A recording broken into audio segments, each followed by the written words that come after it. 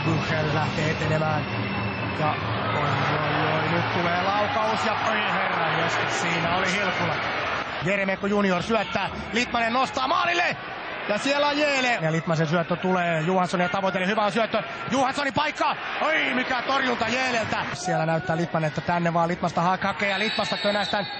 Ja rankkari Suomelle. Kiitos maestro. Laita pallo maaliin. Pilli on soinut tutut askeleet. Ja pallo maaliin. Jari Litmanen. 1-0 Suomelle. 73 minuuttia. Litmanen tarjosi jo hetki sitten Johanssonin loistavaa tekopaikkaa.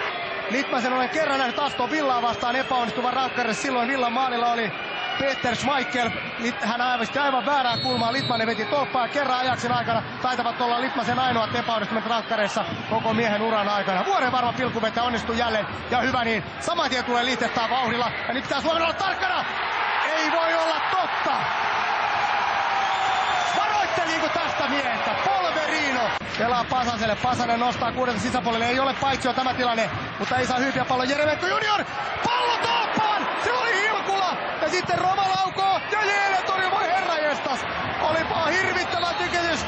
Näin lähellä